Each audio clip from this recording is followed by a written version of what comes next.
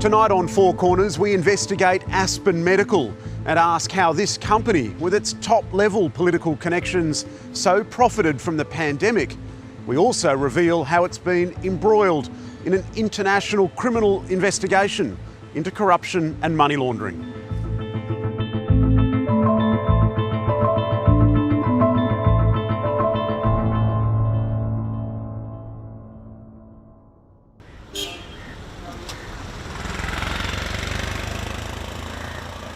There's one overseas contract Aspen Medical does not boast about. It was a contract to help build a multi-million-dollar hospital in Sri Lanka in 2012. Now it's been caught up in a high-level corruption and money laundering investigation. We've travelled all the way here to Hambantota on Sri Lanka's southern coast to investigate this 900-bed hospital and to determine what role Aspen Medical really played in its construction.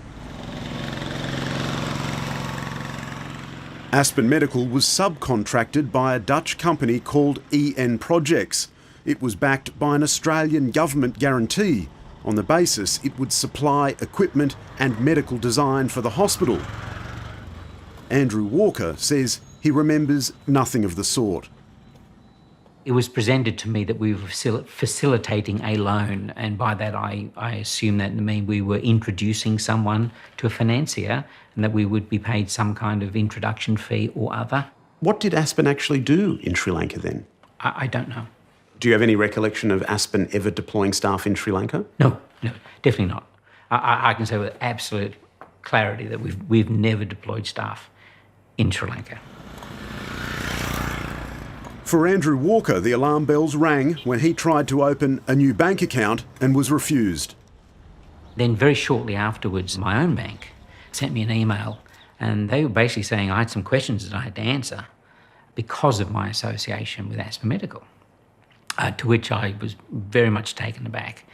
I spoke to the bank, but most of it was by email, but I spoke to the bank and it was suggested to me that Aspen had been mentioned in a corruption case in Sri Lanka. Four Corners has obtained this internal Aspen Medical spreadsheet, which indicates the company's role was purely as a financial intermediary. It shows Aspen receiving funds, then paying those same funds back out to contractors in return for a 4% handling fee. None of this was presented at any board meeting. I was pretty much unawares of it all until I finally got a spreadsheet with some numbers in and looked at the numbers and looked at the margins, of reasonable margin. This all happened while you were a director and a 50% shareholder. How can you say, sitting there today, that you really did not know what was going on? Easily, because I didn't know what was going on. I'm very comfortable that I was completely unaware of this. The spreadsheet reveals the first and largest of Aspen Medical's payments were made to a mysterious company called Sabre Vision Holdings, domiciled in the notorious tax haven of the British Virgin Islands. The payments totalled 1.4 million euros, now about 2 million Australian dollars. The company was owned by a high-flying Sri Lankan businessman, Namal, who has since been implicated in a series of corruption scandals, including a global bribery scheme.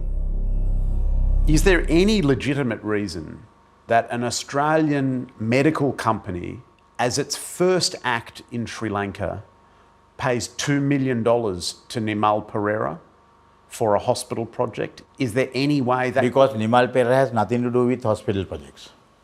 You know, he's nothing. Even during, I also know him personally. He has never spoken to me for any projects in the health sector. He has nothing to do with the health sector projects because he's for, you know, other financial things and other industries, but nothing to do with health.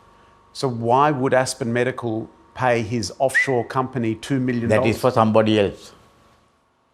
I'm shocked that an Australian company who gets a contract right, in this country, right, makes a payment for a contract to a third party in another country for a registered company, and then subsequently to find out that that company is also owned by a Sri Lankan, I'm really shocked at it that a thing like this should have happened.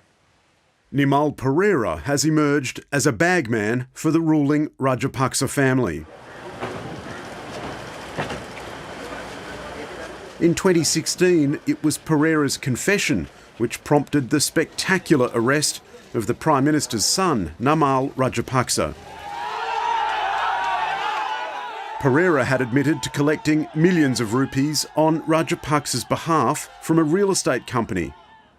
In your opinion, would you describe Namal Pereira as a collector? Of course. On behalf of the Rajapaksa's family, he was the famous collector of their family. Oh, and there's Aspen Medical. Aspen Medical. And It was anti-corruption campaigner Wasantha Samarasinga who tipped off the police. Australia and New Zealand banking group. That is the account used by the Aspen Medical to send the money to the Singapore supervision accounts.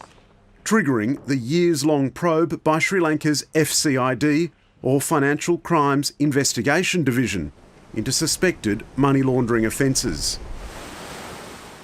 He wanted to protect the Rajapaksa's connections, and firstly he tried to hide all these connections. Finally, CID found so many details, that's why he couldn't continue that lie. The police could find no evidence that Sabre Vision Holdings or Namal Pereira had performed any service for the money paid by Aspen Medical. Those funds never went to the hospital. The money trail led here to this property in an affluent suburb of Colombo. Namal Pereira purchased it with some of the money from Sabre Vision Holdings. But what really caught the attention of police was that it was soon combined with the property immediately next door. It housed the private offices of Namal Rajapaksa, the then president's son. The question was obvious. Was Namal Pereira again secretly collecting money for the Rajapaksa family, this time from the hospital contractors? And if so, what was the role of Aspen Medical? Hello. Namal Pereira agreed to an interview at his house. Hello, how are you? Linton Messer from ABC Australia. Tell me about your career. I want to know what sectors of the economy that you have worked in. You specialise in capital markets and securities, that's but right. never in the health sector. You don't work in the health sector. No, never in the health sector, but I was into leisure, then manufacturing, and finance, and capital markets. But basically.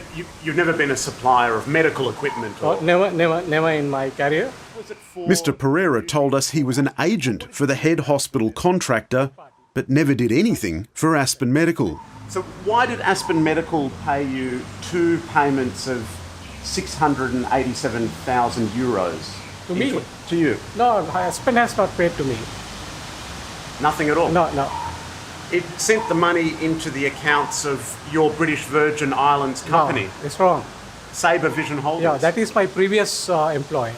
At the time of those transactions, according to business documents from the British Virgin Islands, there was only one beneficiary of Sabre Vision Holdings, and that was Mr. Namal Pereira. No, that is because of by default. Since I became the managing director of that company, I became the beneficial owner. Mr. Pereira's explanation to Four Corners differed wildly from what he originally told the police. When you were questioned about that property purchase and where the money came from, you told the police that it came from an Italian businessman. Yes. That was wrong, wasn't it? No, it is not wrong. It's And correct. you told the police that Sabre Vision Holdings was associated with this Italian businessman. No, I don't know. I can't remember. But that was a lie, wasn't it? No, I can't remember. Why did you try to hide the payments? So why do you want to know all these things? Well, try my question. Why did you want to try and hide the payments? What payments? The payments that Aspen Medical put into Sabre Vision Holdings. No, I don't want to answer, so you can go. Well, we're just trying to understand why it would be that Aspen Medical would pay you that kind of money.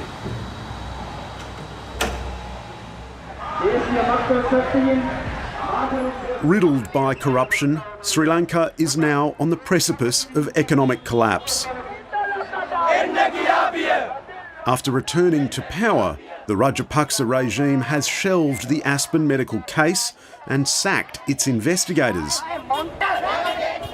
The former State Minister of Finance still wants answers.